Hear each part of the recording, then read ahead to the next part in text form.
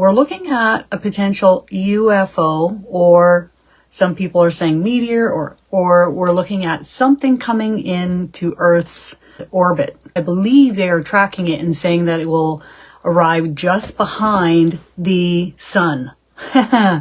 So what is it doing here? And as you guys recall from my last live, when I was channeling, that the 3-Eye Atlas is here to help with ascension.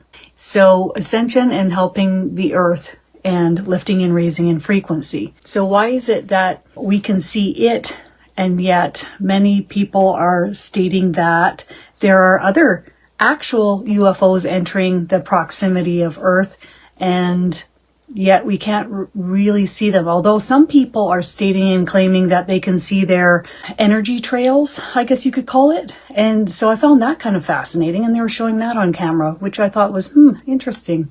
Now, when I have channeled spirit over years now, they've been saying that a lot more ET energy will be entering our atmosphere here and will be assisting the earth. So I've been told that for 5 years at least. So that does concur with that. Let's have a little look-see at what Erik would like to say. And then, of course, I have some of your questions. So today's live is really about the 3-Eye Atlas and why is it coming our way? Is it a comet? Is it a UFO? Or is it something else? Is it a meteor? What is it? And really, I suppose if we look at this, it is really just helping to broaden our horizons and realize that there's a lot more out there, more than what we think, or more than what we imagined. And these kinds of things happen in order to help people question things and become curious about things and start noticing things and basically start to awaken further. It's just like if your home was haunted as a child, right?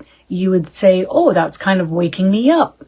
It's kind of getting me alert and aware to other things going on. And the first step in awakening and knowing that you're awakening, from what the angels have always said to me, is curiosity, asking questions, showing up, watching, waiting, and interested. So I thought that was pretty interesting. And Erik, what would you like to I knew he was going to do this. So he's coming in as if he's got 2 posts off his head with little baubles on the end. And he's like acting like he's like he's an extraterrestrial. And if you think about it, we're all ETs. I mean, they probably look at us the same way, except they're like, what's going on Earth, right?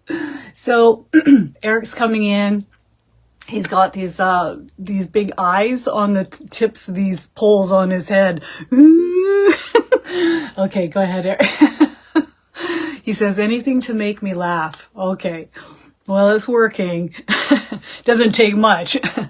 So what would you like to say about the 3-Eye Atlas, Erik? It's purposeful. It's allowed. He's talking about it being contracted. Just like each of us contracted each of the lifetimes that we're in right now.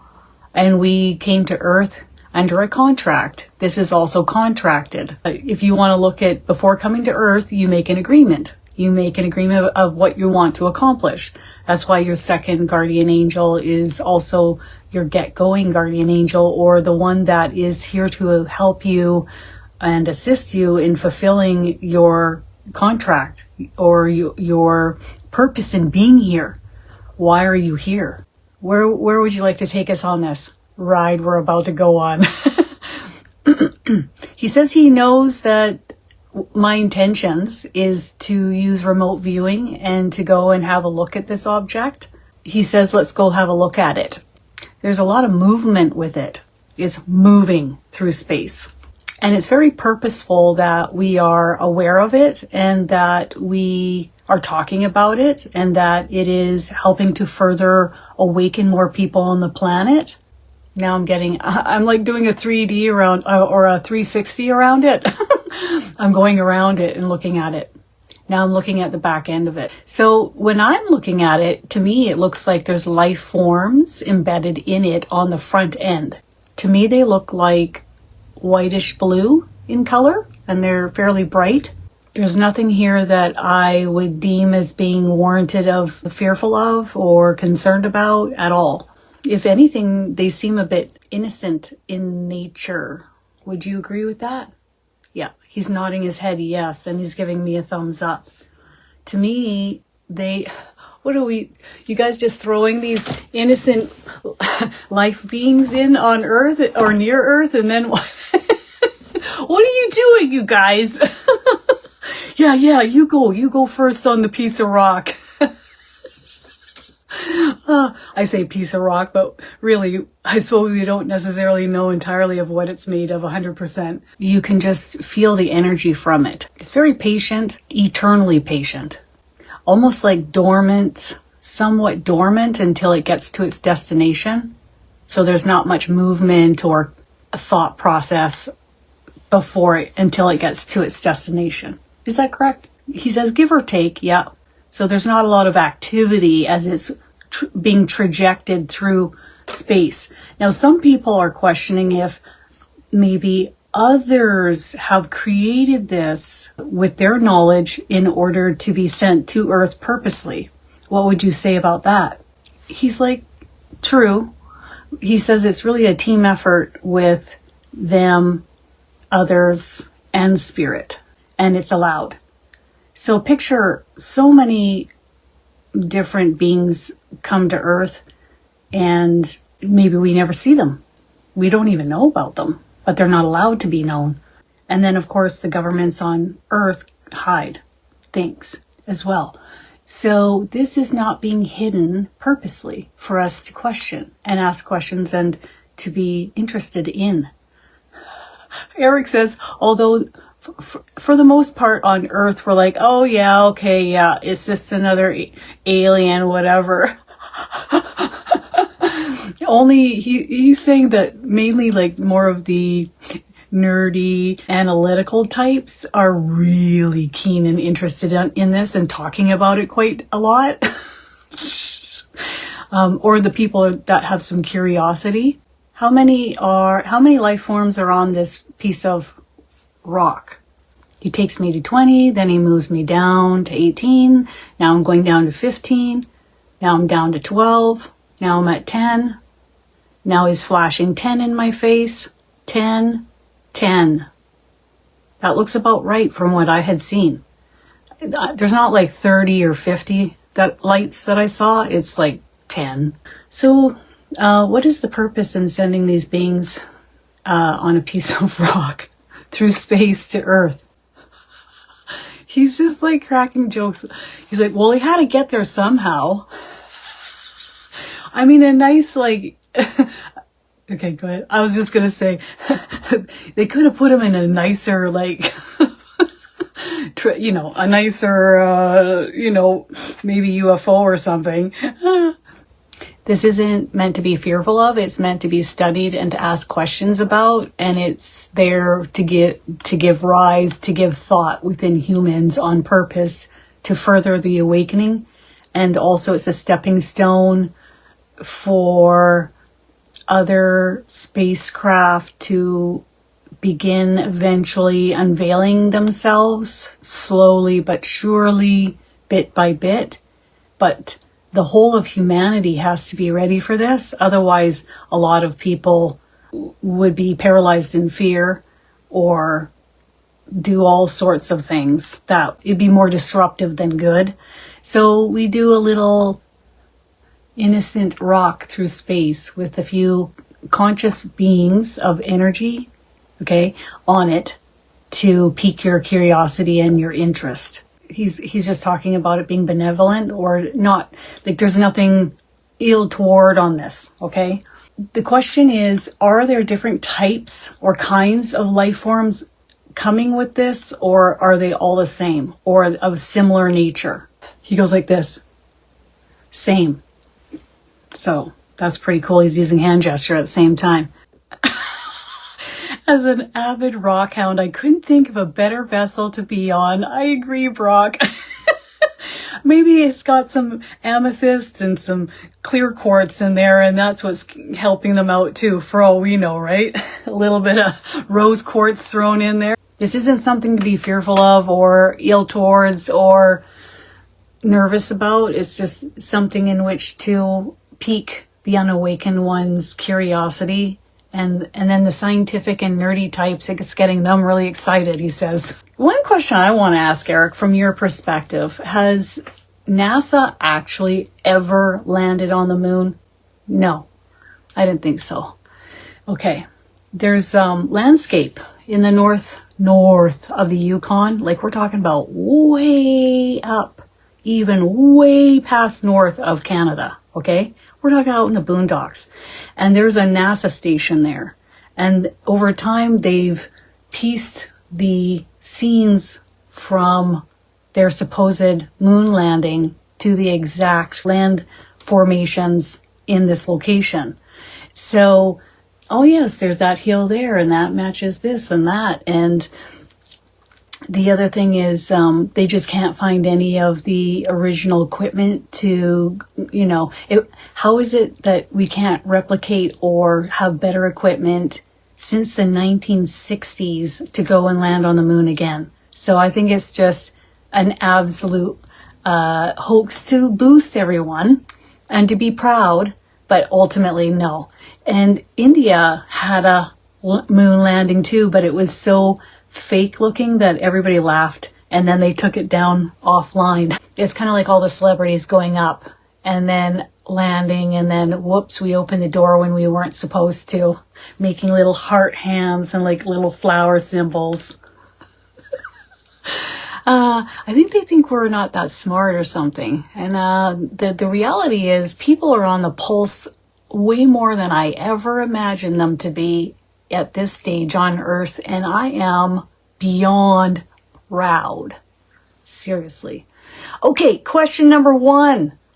Is this deemed a comet? No. It's not a blaze. It's not entering Earth's orbit. Okay? So it's like it'll be around in behind the sun. Is that correct? Correct. He's agreeing with this. Correct. And so it's not going to come through. Okay, it's not going to land on Earth, correct? Correct. There's a reason why it's coming in behind the sun. I can tell that. Like, it's not just coming in behind the sun for no reason. And we know that there's a lot of solar flares and CMEs and light, God's light, coming through the bursts from the sun and just blasting Earth. So I think what it has to do with, since I did channel this in my last session, is it's coming in behind the sun to help amplify the light that's being blasted on Earth. He says bingo. And he's doing this. Okay. All right. So would you deem this as a UFO? He's doing this. He says there's many different shapes and forms of consciousness that take place, that move about through space and time, and not everything is how you think it would be or should be. He would prefer to say it's a projectile with 10 beings of light and love, or beings of consciousness that are coming to Earth in order to amplify the light here on Earth. Correct. Okay. All right. Okay, perfect. So the second question is this going to be a parasitic cleanse of the baddies or the bad players here on Earth? Correct. Yes, in an indirect way.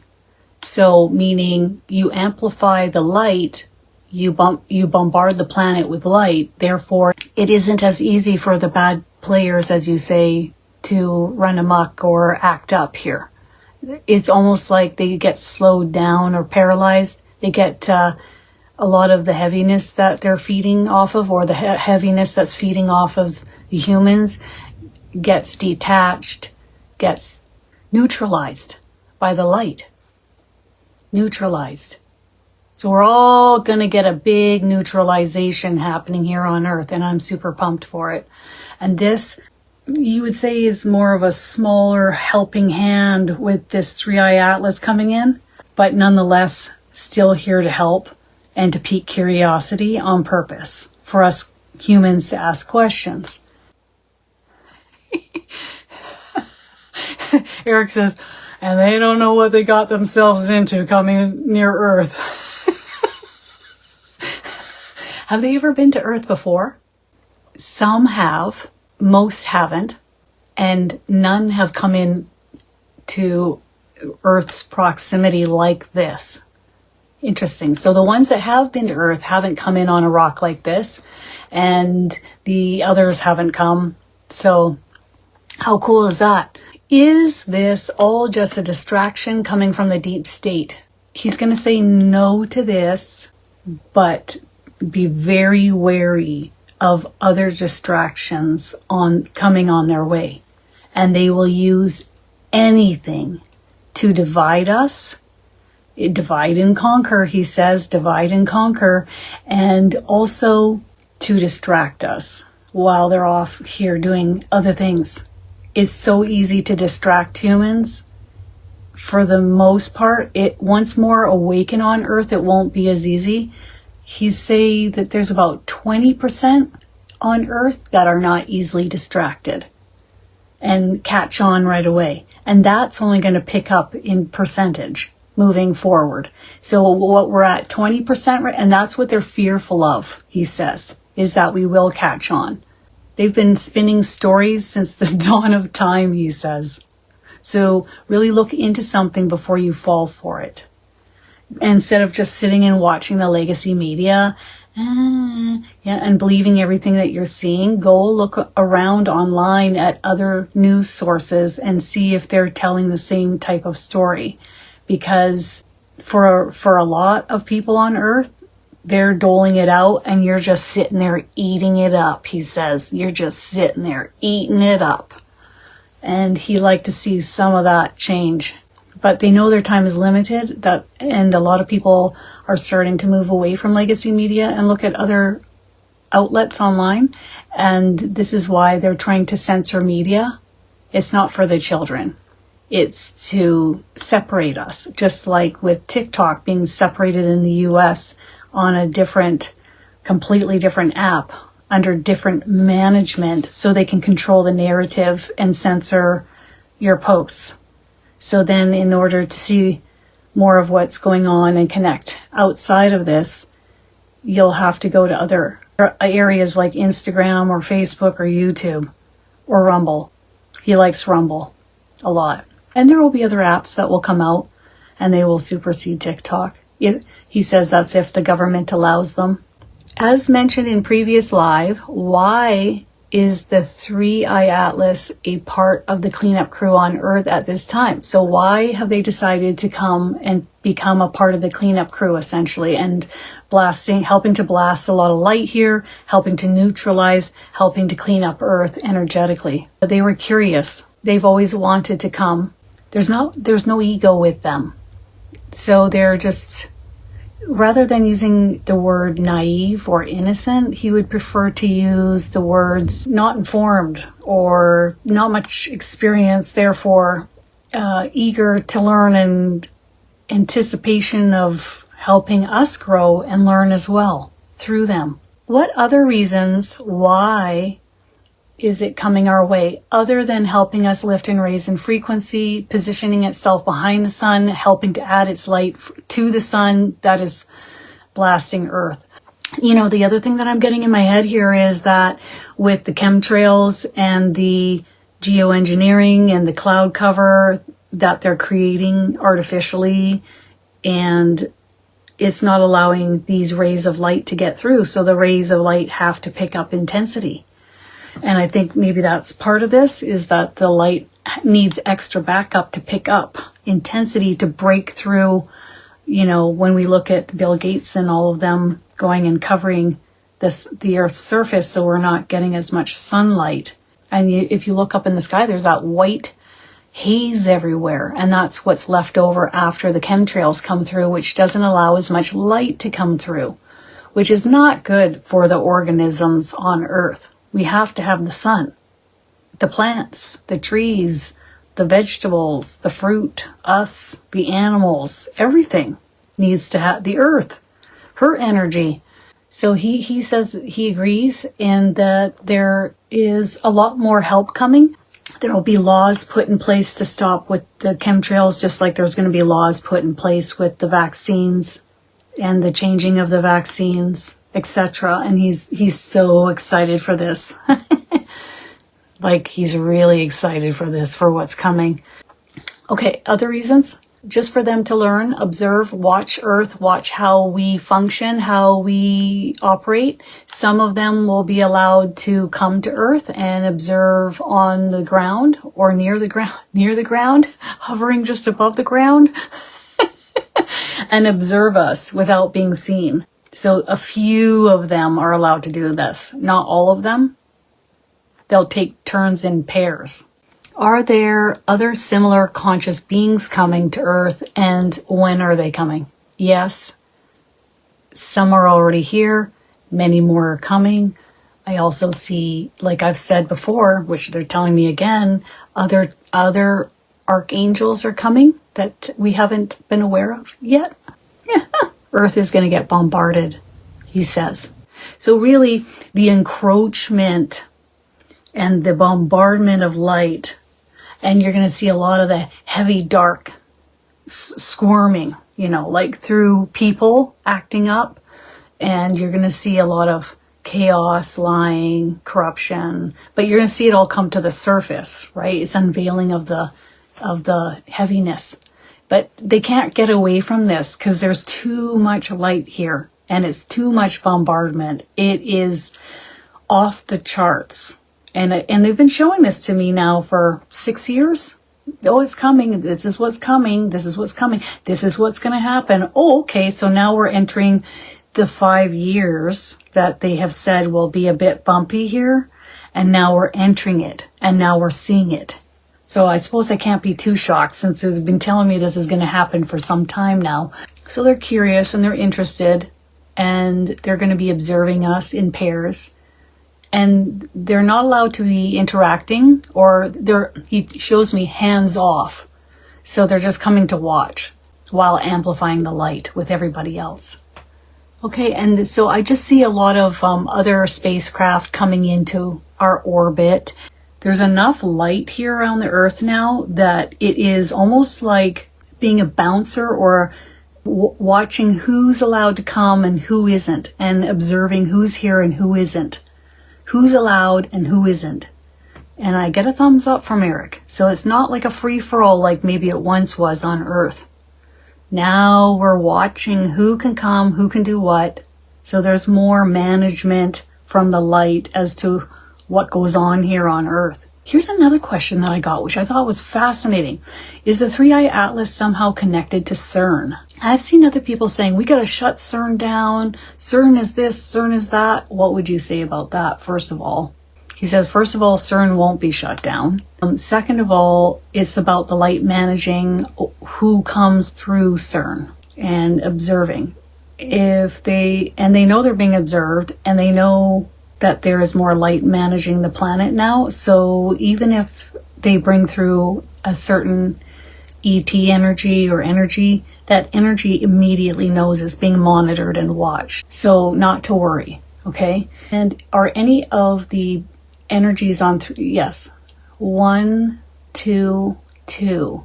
One main energy with the second one a little bit less are interacting through CERN. Okay, with those from CERN. Through CERN, or coming through the portal through CERN, or interacting with the ones that are running CERN. Interacting with the ones that are running CERN. You think that, oh, this is just happening and no one's aware of what's going on here on Earth. No, the light is aware of everything going on Earth. And if you think that the light isn't, it is. And it is aware of all of our thoughts, everything we do, and every prayer, every complaint, okay? Every time you speak with the light, it is aware of everything. And so what is the purpose or point of them coming here knowing or working through the people? They're helping the people operate CERN for the betterment of humanity. He says in a lot of ways, we're really not ready for a lot of this technology. So if we look at AI and we look at CERN, we're just like figuring it out. And sometimes we're opening portals and whoops, and we don't know what we're doing. And these beings that are coming in on the 3i Atlas, some of them, 2 of them, are assisting the individuals running CERN so that they're making good decisions. When you're saying something to someone and you just know the right thing to say to them, or you just consciously know something, or you have an intuition about something, or you pick up on information coming in, that's because likely your spirit guides, your guardian angels, maybe your loved one is putting that in your head and operating through you claircognizantly. That's the same thing that's happening with these 2 beings from the 3i Atlas working with the people operating CERN. And it's the same thing when you have a loved one come in. You'll be going about your day and then you're thinking about them very strongly. Maybe you're looking at a picture of them, or you feel compelled to pick up an article of something that they owned. And then it's in that moment that you say, okay, where are they? So relax your mind and then feel where the energy is coming at you in the room and buffering up against your face with warmth. Then you'll know exactly where your loved one is coming and visiting you. We're going to get so much more light than this. This is like, I'm not downgrading this, but it's a drop in the bucket of what's coming. Okay. So we're all like, oh, the 3i Atlas, wow, this is, and it is great. It's amazing. But there's so much more coming. And that's where I'm talking about it on November 1st, about this blast of light that's coming from source. And we can say, is this the event? Is this like a solar flash? This is going to be one of many to come.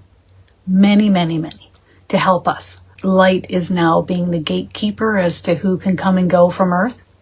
And it's not as easy for those who have attempted to do this for quite a long time here. So it's almost like he's talking about pinching off the flow of anyone or anything that's heavy in frequency being allowed to enter Earth, or at least entering Earth's atmosphere without being monitored and watched, and cutting it off. And then working with the ones that are still here who are scrambling to keep hold and control of what is taking place here on Earth. So it's kind of like the beginning of the end for them. Yeah, the beginning of the end. And they know it, but they've been able to run amok here for a very long time. And it's not easy for them to let go of control. So ultimately the light holds it back long enough to bring in more light. And then the light operates around them, monitors them, because you understand that this is a free will zone. So if this wasn't a free will zone, what would have happened then? He just shows me the hand of God sweeping over the earth and clearing them out within less than a second. And in fact, we never would have had this duality in the first place on Earth, but that's the whole point of Earth and having free will consciousness for God's children, or the beings of light created in God's image, or however you want to say this, okay? Our souls are allowed to come here and have a free will experience here on Earth. And that was agreed upon long ago. And so the light must act accordingly to the laws set before or bequeathed to Earth. We've already tipped the scale in the light's favor. So essentially we can look at this like the light has already won, but we still have a ways to go before of exposure, clearing, transmuting. And this is transmutation is happening with all these beings that are showing up around Earth, the archangels, the souls, the ETs, if you want to say the UFOs, and the intensifying of God's light on the planet, the Holy Spirit, our loved ones. So right now, it's not even necessarily prosecuting every little person, because you're going to go up against the matrix, okay? So you have to pick and choose your battles. But ultimately, it's about amplifying the light while you're holding the darkness off, or also exposing the darkness or the heavy evildoers to everybody, for everybody to see, because then it helps people on earth awaken and become more conscious. You're starting to see through the layers, and you're starting to understand that things aren't what they seem. And in fact, he's saying much of what we've been taught, just like the moon landing, is inaccurate. And they tell you or sell you a story or a narrative to move your consciousness, your awareness in a certain direction, rather than us being awake and conscious ourselves and having our own thoughts separate from their brainwashing. And so he's really, really happy about this. Okay. And it's going to take many very strong-willed people in the future to hold the line up against this, because they're used to doing and getting away with what they've always done here on Earth. And they're not really changing their tactics all that much. They just have done the same routine for so long and gotten away with it for so long. And the light is operating through others and changing and shifting. And you look at the people, the young Gen Zers on the ground, good luck. I mean, these people are so conscious and aware and awake. Whereas if you looked at the older generation, they're still operating on the old narrative and believing that government will look after us and don't question anything and just bop along and believe what you see on legacy media. The young generation doesn't see that they can buy a house. They don't see a future for themselves. They can't get work. And the work that they can get certainly is not paying them enough to even support or live. Most of them are living in a van on the street or on their campus going to school. That's why there's a university in California that's trying to legalize being able to sleep in your vehicle while you go to university. That's not a future. So when you take away having a future, then the young generation starts to poke holes and starts questioning things. So in a lot of ways, this split is already taking place. The older generation is thinking that everything's fine and they're bopping along in more of the old narrative, whereas the young generation is fully aware of the layers of corruption that has led to this breaking apart of societal norms of what it once was. And this had to happen, though, Erik's saying, in order for this path to open up before them. It's just going to take strong will and a strong backbone to face what's coming. And then you have a lot of the older generation that comes for readings. They come to watch me. They come and they watch things on YouTube. They start asking questions. They start looking at the deeper layers of things. They start awakening with consciousness. And I say, seriously, hats off to you. Thank God you're here. Thank God you're waking up. And I guarantee the younger generation is proud of you too. And they are amazed that you're here watching and following along. You know what I say? I'm happy for the older generation to be here, because they're the ones that are funding all the great restaurants to stay open, all the great meat shops to stay open, all those things that we like or love. Right now, they're the only ones that are funding those kinds of places to be open. Maybe even like florist shops and all those kinds of places. If we didn't have the older generation, all those places would have been closed by now. So in my mind, I'm thinking I've got maybe about 10 or 20 years of really enjoying those places, and then I don't know what will happen then. I don't know. Will we have meat shops? Will we have meat to eat in the future? Because you need a lot of money circulating to keep these places open. And the older generation holding on to the mass majority of the wealth is what keeps them open. And then I'm also thinking to myself, once a lot of the older generation leaves, a lot of their homes it is not affordable for many of the young generation to even run. So you'll either have generationally, the Gen X, Gen Z, millennials all moving in together in one house to run it, to operate it.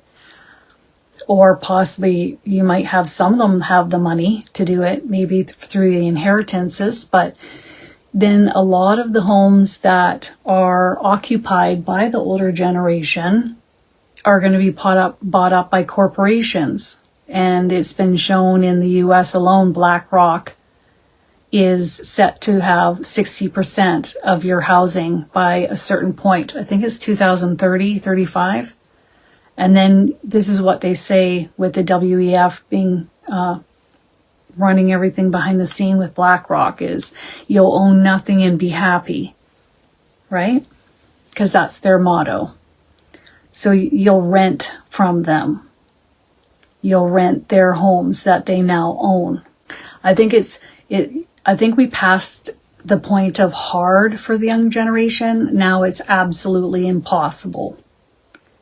So they looked back at what someone would need to earn per hour to own a house in the late 1960s, early 1970s. And in today's term, a person would need to earn $60 per hour to purchase a home. No one's earning $60 an hour. They're earning like $20 or $30 an hour. So they don't even have enough money for food, housing. They don't have enough money for any of it. That's why they're all still living at their parents' house or in a van on the street. And it's going to get worse. A lot worse. What Jesus shows me when I'm walking down the street is camper vans parked bumper to bumper all the way down the street because they're not going to be able to afford the rent and they're not going to be able to afford their mortgages. So in Canada right now, 50% of homeowners are looking at right around the corner of losing their homes. That just came out the other day. So even the homeowners now cannot sustain their mortgage payments. I had a thought of how the future would be, but once you bring in AI and robotics, and soon they'll make robots that are good enough to do all the tasks that we can do, then to me, there's only one future, which is a socialist planet or a communist planet. Because once we're no longer needed for work and we're not, and this might be in 20 years, maybe what they say is about 50% of the jobs will be eliminated by 2030. And the healthcare system, a lot of those jobs will go to AI and robotics. So instead of having this number of nurses, now you only need this much. You have a robot that goes up and down the floors, monitoring or looking at things, AI generated robots, drones. Okay. And then you have AI, which is a computer system. Now you don't need as many doctors because they'll look to AI for the answers. Start stockpiling money at an incredible rate. And be okay with looking at your job and saying, will it be here in about 5 years? So now you know you got a timeline. So, and it's not there to scare anybody. It's just we're going to go through a massive shift. Get with your loved ones. Get with the people that you resonate with. Get with the friends that you love. And go on to a piece of land. Build a compound. Build several housing units on a piece of land and really get a well going, get solar panels, get prepared. Get prepared. Well, I suppose when you own nothing and you'll be happy, how happy are we going to be being crammed into a 15-minute city, not able to travel, not able to drive gas-powered cars, not able to leave our 15-minute cities? Do you like going out into nature? Do you like leaving those 15-minute cities? You may or may not be allowed to. So for me personally, I like feeling like at least I'm somewhat free on earth. So this is why we have this amount of light coming. Because even if they ensnare with a digital ID, which you have to understand, it's not just a digital ID. Okay. So now they can track where you are, what you're doing, what you're spending, if they can freeze your bank account, if you're allowed to travel, if your allotment of meat has been purchased in the month. So there's not really any freedom. This is the lack thereof. That's correct. Yeah. They're aiming for us to be like China. Yeah. But I think it'll be worse than that. Like in China, if you jaywalk, you have a system that tracks your movements of your body, your facial recognition.